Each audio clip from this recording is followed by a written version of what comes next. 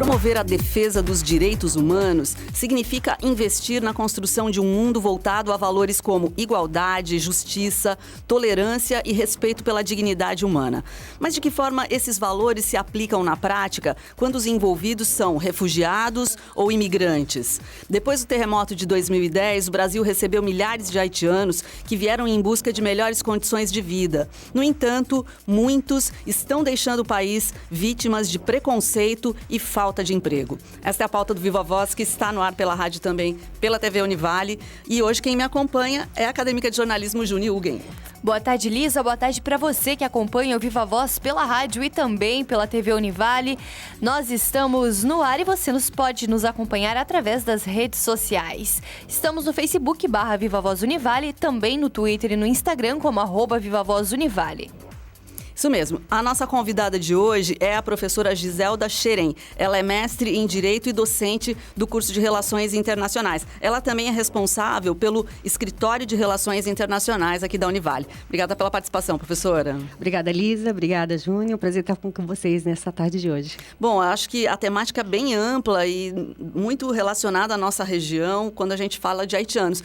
Mas, de qualquer maneira, eu gostaria de começar perguntando sobre o trabalho do Escritório de Relações Internacionais. Qual é a proposta dessa atividade ali, professora? Então, nós temos o curso de Relações Internacionais, que é um curso que já se consolidou, ele tem 20 anos. Nós temos jovens que vêm do Brasil todo participar do curso de Relações Internacionais da Univale. Estamos vinculados ao Sejurps, né? E enquanto curso de Relações Internacionais, nós temos um laboratório, que é o Escritório de Relações Internacionais, no qual a gente desenvolve estratégias para que os nossos alunos possam ter experiências práticas de relações internacionais aqui na nossa região.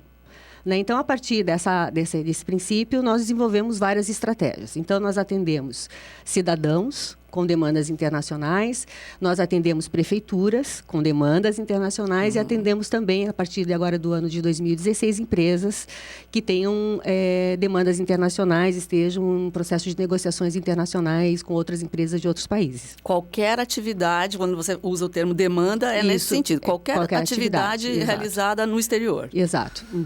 Então, bacana. Nós começamos no ano de 2014 a desenvolver uma série de estratégias voltadas a cidadãos. Então, eu tenho cidadão brasileiro e cidadão estrangeiro que tenham demandas. Por exemplo, eu tenho uma colega professora da Univale que gostaria de verificar se tem possibilidade de ter a nacionalidade italiana. Então, o nosso aluno faz toda essa investigação, que na realidade é uma atividade consular. Então, o nosso profissional de Relações Internacionais, ele se habilita enquanto internacionalista, depois de formado, a trabalhar no consulado, a trabalhar numa embaixada, numa organização internacional, numa ONG, ou mesmo no próprio governo, em vários ministérios, no Poder Legislativo, e ele precisa, então, ter esse conhecimento da área da atividade, dos direitos de um cidadão no exterior e como é que os consulados vão proteger esse cidadão quando ele está no exterior. Então, a gente faz essas ações. Um aluno gostaria de fazer um intercâmbio, estudar, mas quer aproveitar para trabalhar também. Então, a gente faz o levantamento se naquele país é possível você estudar e trabalhar ao mesmo tempo, para que você não entre numa situação ilegal. Mas daí nós temos uma situação muito específica, que são os estrangeiros que estão aqui na nossa região, E, no caso específico, dos haitianos, que são cidadãos, são estrangeiros numa situação de vulnerabilidade. E, então, nós desenvolvemos uma série de ações e parcerias para que pudéssemos atendê-los no escritório. Que interessante. E você pode citar, prof, algumas dessas atividades que auxiliam os haitianos a permanecer na nossa região? Então, assim, o que nós procuramos proteger são os seus direitos civis. Então, o exercício de seu direito social, do seu trabalho, que ele possa trabalhar e tenha a sua carteira de trabalho. Então, se ele é haitiano, chega no escritório e informa que não tem carteira de trabalho, a gente já orienta e já o encaminha imediatamente ao Ministério do Trabalho. Se ele busca atendimento à saúde e nós verificamos que ele não tem ainda cadastro, encaminhamos para o posto de saúde mais próximo da sua residência. Orientamos também sobre, por exemplo, a sua regularização no país, e para isso nós fizemos uma parceria com a Superintendência da Polícia Federal. Somos os únicos no estado que temos formalizado essa parceria com a Polícia Federal. Temos 2 alunos de Relações Internacionais fazendo estágio na Polícia Federal. Então, nós temos essa interligação do curso com a Polícia Federal, com a presença física do nosso aluno lá. Mas, muitas vezes, vezes, quando o estrangeiro, em especial o haitiano, chega na Polícia Federal, ele não está com todos os documentos. Ou muitas vezes a demanda não é atribuição da Polícia Federal, é outro órgão governamental. Então, ele é encaminhado para o escritório. Então, nós agendamos um horário, o atendemos. Então, ele precisa ter, por exemplo, a carteira de estrangeiro, uma carteira de identidade de estrangeiro. Então, nós orientamos quais são os documentos que ele precisa antes dele procurar a Polícia Federal. Ou, muitas vezes, para ter essa carteira de identidade do estrangeiro, ele precisa, primeiro, que um órgão no governo brasileiro chamado CONARE autorize a permanência dele no país enquanto visto humanitário, porque ele pode ter entrado de forma irregular, que é o procedimento normal, né? Normalmente eles entram de forma irregular, procuram a Polícia Federal e daí é aberto o processo de refúgio, similar ao refúgio, porque não é bem especificamente isso, e daí nesse contexto ele precisa passar por esse órgão, que é o CONARE, que vai aprovar a sua permanência no país e que daí ele possa fazer a carteira de identidade. Tem todo um procedimento. Então, a gente orienta nesse aspecto também. Professora, aproveitando, então, essa sua experiência e esse contato, a atividade dos alunos e tudo mais, como você avalia o cenário na nossa região com a presença desses, especialmente dos imigrantes do Haiti, né? Como é que é hoje a realidade desse grupo de pessoas? Então, nós temos o atendimento, uma grande demanda, nós atendemos quase 300 haitianos no ano de 2015 e agora, até o mês de julho, já quase chegamos nesse número, já atendemos 270 haitianos. Então, em 2015, o que os haitianos queriam, né? Nós tínhamos a informação oficial por parte da Embaixada do Haiti de que nós tínhamos 70 mil haitianos no Brasil. E no caso desse cidadão haitiano, ele normalmente veio sozinho, veio em situação irregular, vulnerável, passando por coiotes, né?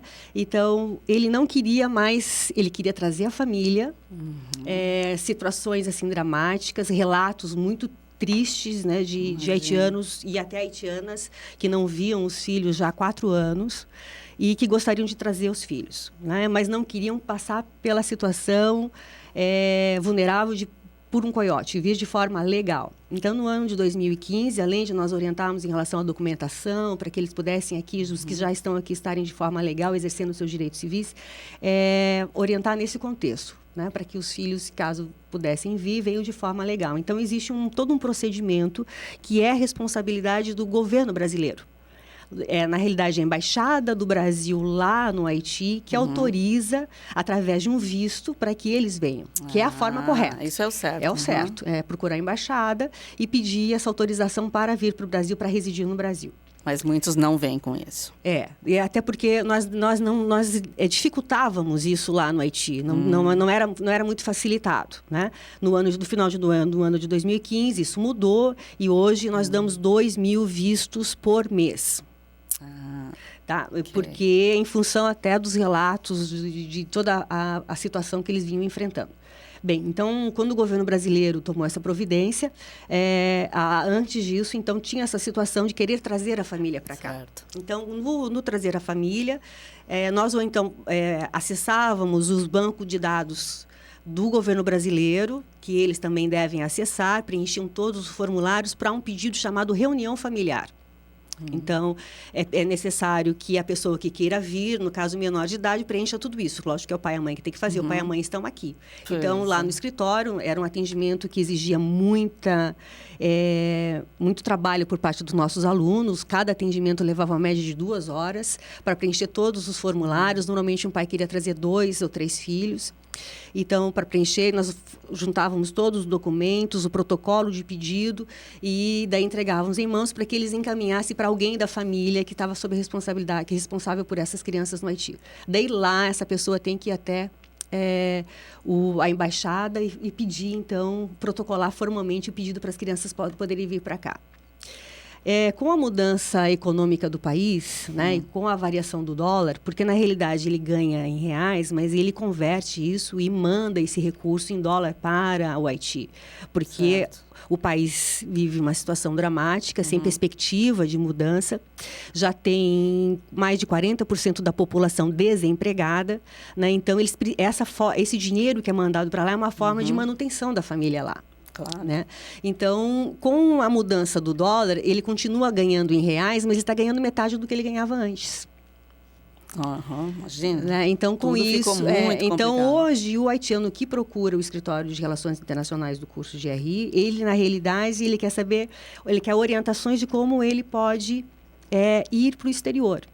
Então, a procura hoje Agora é o contrário. É o contrário. Então, assim, ele tem, primeiro, regularizar o seu passaporte, porque nós fizemos uma parceria com a Embaixada do Haiti e nós manuseamos documentos oficiais da Embaixada e preenchemos todo o formulário, tiramos as digitais, a assinatura deles, encaminhamos esses documentos para a Embaixada do Haiti em Brasília e recebemos o passaporte já pronto. E com o passaporte pronto, então, entregamos para eles esse passaporte, e porque a maioria deles o passaporte está vencendo, são 5 anos. Okay. Então, só esse ano atendemos 150 casos de passaporte. Então, Fizemos. Isso é muito real, né? O que a mídia vem noticiando realmente está correto. Eles têm procurado o Chile, informações sobre Chile, informações sobre os Estados Unidos, sobre Canadá, França. Procurando se informar de como proceder para ir de forma legal para lá. Até embasando o que a prof acaba de informar, né, que os haitianos estão procurando outros países, uma reportagem veiculada em julho no portal do G1 mostrou que de 700 haitianos que chegaram a Navegantes, apenas 150 permaneceram na região. Exato. Isso é real. Isso é real. E por que isso está acontecendo? Eles estão chegando aqui no Brasil, o país não está pronto para essa instabilidade econômica, então eles estão indo embora por causa disso? O fator principal, sem sombra de dúvida, é a questão econômica. Ele continua trabalhando, recebendo o mesmo valor, mas esse valor vale metade. Né? Então, ele precisa ir para uma região onde ele possa receber e compense o sacrifício de estar longe e trazer, porque ele realmente manda metade do seu salário para sua família. Né? Então, não compensa ficar num país onde ele vai ganhar metade do que ele ganharia ano passado, se ele for fazer a conversão. Lógico. Tá certo. Agora, professora, muitos haitianos também reclamam ainda, né, de condições de trabalho não muito satisfatórias que eles encontraram por aqui, né? Esses que acabaram procurando o curso de Relações Internacionais relatam esse tipo de coisa. A gente vê muita notícia informando, por exemplo, que haitianos com formação superior não têm encontrado uma boa colocação no mercado de trabalho. É fato, esse é fato. Mesmo. Na realidade, o haitiano, ele, além de falar o crioulo, ele fala o francês. Alguns moraram na República Dominicana, país vizinho, então falam espanhol. Né? Alguns falam inglês. Muitos deles têm o 3º grau. Então, normalmente eles não estão exercendo atribuições profissionais nas quais eles estariam qualificados para atribuições melhores, né? E o que alguns relatos assim isolados em relação aos seus direitos trabalhistas que não estão sendo resguardados, mas são situações isoladas. Nesse caso, são 2 problemas. Primeiro, a dificuldade do idioma, né, que é uma grande barreira, né? Você já está vulnerável num país com outras características e você não consegue dominar o idioma. E, além disso, você não conhece os seus direitos. Então, muitas vezes, a falha de comunicação faz com que eles achem que estão recebendo menos do que teriam direito. Isso é um fato. Muitas vezes eles não estão, mas eles não conseguem entender exatamente o que receberam. Em outros casos, nós tivemos 2 relatos em que aparentavam não estar recebendo o justo. Então, neste caso, não é atribuição do curso de Relações Internacionais, né? Então, a gente encaminha esses assuntos para a OAB. Inclusive, eu participei de uma reunião com a OAB de Itajaí, semana retrasada, onde eu comentei sobre isso com eles. E eu acho que seria uma área em que eles poderiam ajudar bastante, dando cursos, oficinas, para que os haitianos conheçam um pouquinho melhor os seus direitos. E parece que isso vai acontecer nos próximos meses. Que bacana. Ok, a gente vai fazer um intervalo. Voltamos já a conversar com a professora Giselda Xerém, que é responsável pelo Escritório de Relações Internacionais aqui da Univale.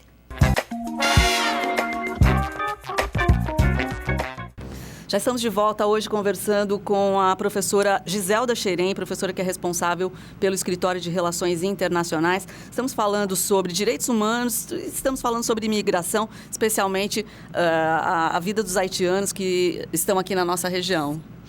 E outro fato, né, que foi muito divulgado na mídia, foi um caso de um haitiano de 33 anos que morreu a facadas em Navegantes também. Segundo a esposa dele, Fetier Sterling, ele foi morto por adolescentes de 16 e 17 anos. E o caso ainda está sendo investigado, mas de acordo com as testemunhas que estavam no local e presenciaram todo esse acontecimento, foi um caso de preconceito. Esses casos de preconceito, essa morte desse imigrante, é comum na nossa região, prof? Eu não tenho como te confirmar essa informação pela experiência que a gente tem no escritório. Né? Então, a gente não tem esse relato no escritório. Os haitianos que nos procuram são para questões de resguardar seus direitos, para buscar informações sobre ascensão educacional, seu passaporte. O que a gente ouve, né? Relatos isolados dessa situação, né? Inclusive, esses dias eu acabei dando uma entrevista e acabou pessoas se manifestando, comentando que bom que eles vão embora, né? Então, assim, me surpreendeu esse relato. Assim, é lógico que foi uma decisão do governo brasileiro facilitar a entrada de um estrangeiro numa situação vulnerável por uma situação humanitária, né? Então, a gente não discute essa decisão governamental, mas a partir do momento que o estrangeiro está aqui, né, e foi lhe dado um direito, um privilégio, porque ele é tratado como um refugiado, né? E enquanto refúgio, ele tem o direito assegurado de permanecer no nosso país, de ter direitos civis, né? Enquanto que o estrangeiro, em geral, tem uma dificuldade muito grande. Para entrar no Brasil, ele precisa já estar trabalhando, né? Enquanto que um status de um visto humanitário, de um refugiado, ele tem uma situação facilitada. E é lógico que precisariam algumas políticas públicas de integração desse haitiano na sociedade, né? Mas também vivemos num país numa situação de muita crise, então são situações que... mas nada justifica esse preconceito, né? Eu acho dramático esses relatos. Não presenciei nenhum caso, mas os relatos desse preconceito, nós somos cidadãos do mundo, né? É inadmissível que um estrangeiro que passou por tudo que passou e que está numa situação tão vulnerável possa ser discriminado como... em alguns relatos se afirma isso, né? Lógico que nesse caso específico desse haitiano, o processo ainda está em andamento, depende ainda de comprovação. Mas esses relatos nos entristecem como seres humanos, né? Com certeza. Professora, bom, você voltando aí à questão do passo a passo para garantir a legalidade dos haitianos aqui no país, você falava que uma das ações que, inclusive, o Escritório de Relações Internacionais realiza é orientar para que eles retirem a carteira de identidade de estrangeiro, é isso? A partir do momento que esses cidadãos recebem essa identificação, quais são os direitos que eles têm? Eles têm direitos iguais ao cidadão brasileiro natural do país ou não?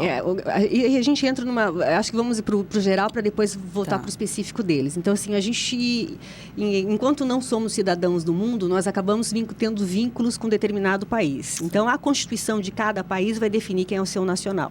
Então, o seu nacional tem todos os direitos, vínculos jurídicos, políticos com aquele país, todos os seus direitos civis e políticos assegurados, né?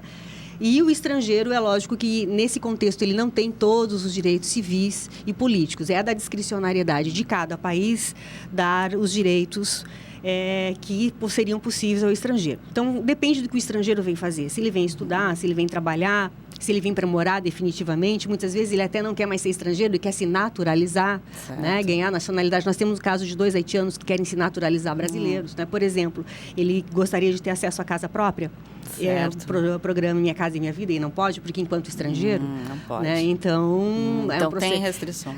Então, assim, essas restrições acontecem em todos os países, infelizmente, né? Então, o estrangeiro no determinado país, ele vai ter legislação específica para lhe assegurar direitos.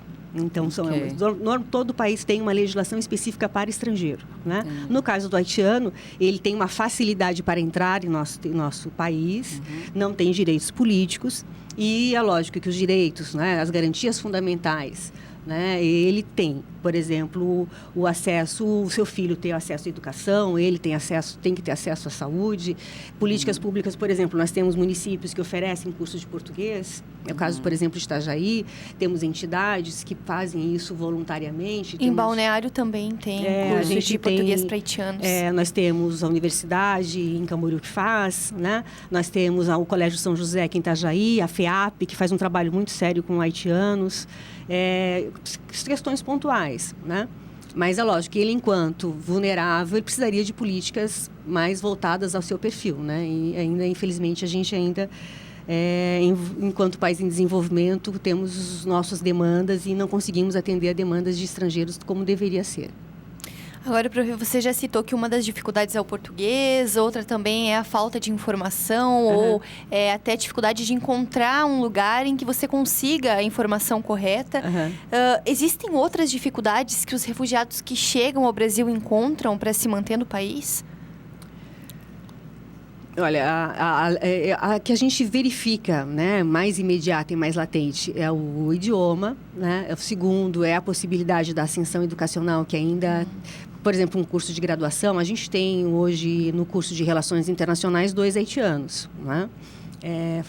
Participando do curso. Mas a tramitação burocrática, os documentos, é muito complicado. Ele precisa, muitas vezes, de muito tempo para poder buscar os seus documentos. Ele precisa faltar ao seu trabalho, né? Porque são atividades de horário comercial que ele precisa desenvolver, ele precisa traduzir documentos. E então, ele pode, por exemplo, disputar uma vaga numa universidade pública? Pode. Isso ele pode. Eu não tenho clareza em relação ao ProUni, por exemplo. Não, ProUni não. Não né? ProUni pode. É só para brasileiros. Mas se ele se naturalizar... Nós temos uma universidade na fronteira, onde tem vagas específicas, inclusive para os haitianos, né? Nós temos da UDESC a possibilidade deles fazerem... nós, inclusive, orientamos, tem um aluno que gostaria de fazer engenharia, não tem condições de pagar, e é uma engenharia específica, nós inclusive nem temos na Univale, e então nós o orientamos a fazer o processo seletivo da UDESC. E se ele se naturalizar brasileiro, daí ele pode concorrer a bolsas como o ProUni? O naturalizar brasileiro, pode. A diferença entre o brasileiro naturalizado e nato é mínima. Para exercer alguns cargos públicos que o brasileiro naturalizado não poderá, né? Mas que, fora isso, todos os direitos constitucionais a um cidadão brasileiro nato são também dados ao naturalizado. Agora, professora Giselda, esse processo, já que a gente puxou a naturalização, é complexo, é difícil? Como é? Porque a gente ouve muito, você até usou como exemplo, pessoas que estão buscando a naturalidade italiana, né? E é difícil para virar brasileiro? É difícil ou o processo é mais simples? Então, se for algum cidadão oriundo de países da língua portuguesa, 1 ano e idoneidade moral. Se for estrangeiro em geral, de que não falem português, são 15 anos em situação extraordinária. Ele precisa residir 15 anos aqui, não ter condenação penal e pode contar nesses 15 anos a sua permanência ilegal.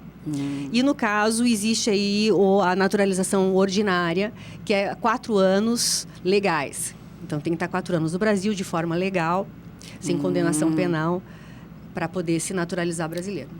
Agora, uma coisa que me chamou muita atenção, Prof, na tua fala, foi que você disse assim que o Haiti, ele não tem perspectiva, né? O país não tem perspectiva. Não. Então, é o país mais pobre da América, né? Então, quer dizer que esses haitianos vão continuar vindo para o Brasil ou buscando outros países. Sim. Existe um cenário, assim, vislumbrando futuramente aqui no Brasil, para receber esses haitianos, as condições vão melhorar para eles? Eles têm alguma chance de evoluir com a sua família aqui no país ou não? Eles vão continuar procurando outros países para se manter? A variável econômica é que vai conduzir esse processo, né? Então, depende dessa variável. Atualmente, não é tão positivo como já foi há 2 anos atrás, né? Então, a tendência é a procura. Lógico que alguns já se estabilizaram, alguns já tiveram filhos aqui, outros casaram, outros estão numa situação que provavelmente vão continuar, por enquanto, aqui no nosso país, né? Tá certo. Ok. Para a gente finalizar, eu gostaria de pedir para a professora Giselda que comentasse ainda um pouco mais sobre o curso de Relações Internacionais. Qual o perfil, para que tipo de estudante esse é um curso interessante? Assim, países que têm uma inserção internacional muito forte, países desenvolvidos, eles têm no profissional de relações internacionais um profissional estratégico. Se você analisar a China, se você analisar Estados Unidos, o profissional de relações internacionais, ele é prestigiado, porque ele é um estrategista. Ele tem uma visão global do mundo, porque ele entende de história, ele entende de política, ele entende de economia, ele entende de ciência política, né? Então ele analisa cenários, né? Ele é um profissional interdisciplinar, é um profissional muito completo. Então, ele pode trabalhar numa assessoria internacional de uma prefeitura, num governo do estado, né, de inserção internacional dos municípios, de regiões, do próprio país. Ele pode trabalhar numa empresa, complementando a área de comércio exterior dessa empresa. Então, ele tem toda uma diplomacia corporativa que ele pode realizar. Ele pode ser empreendedor e abrir a sua própria empresa, no sentido de prestar consultoria na área privada, na área pública. Então, é um leque muito grande de atuação profissional. Certo, a gente quer agradecer a sua presença, nós estamos terminando já o nosso tempo, esgotando, mas a Juni pode deixar os contatos do Escritório de Relações Internacionais, né, Juni? Se você tem interesse em procurar o Escritório de Relações Internacionais, ele está localizado aqui no campus da Univale, no campus da Univale em Balneário Camboriú, no bloco 6A, na sala 204, e funciona diariamente, de segunda a sexta-feira, das 13h30 às 17h30. Tem um telefone, né, que a gente podia deixar? Tem, sim, 2 telefones, 3261-1356, 3261-1295 e também e-mail para xerem@univale.br. Tá certo. A gente conversou então com a professora Giselda Xerem. Obrigada mais uma vez. Eu é que agradeço a oportunidade. Fico muito feliz de estar aqui com vocês hoje à tarde. E vamos encerrando então, né, Juni? Agradecendo muito a sua participação. Nós nos encontramos no próximo Viva Voz com muito mais para você. Boa tarde.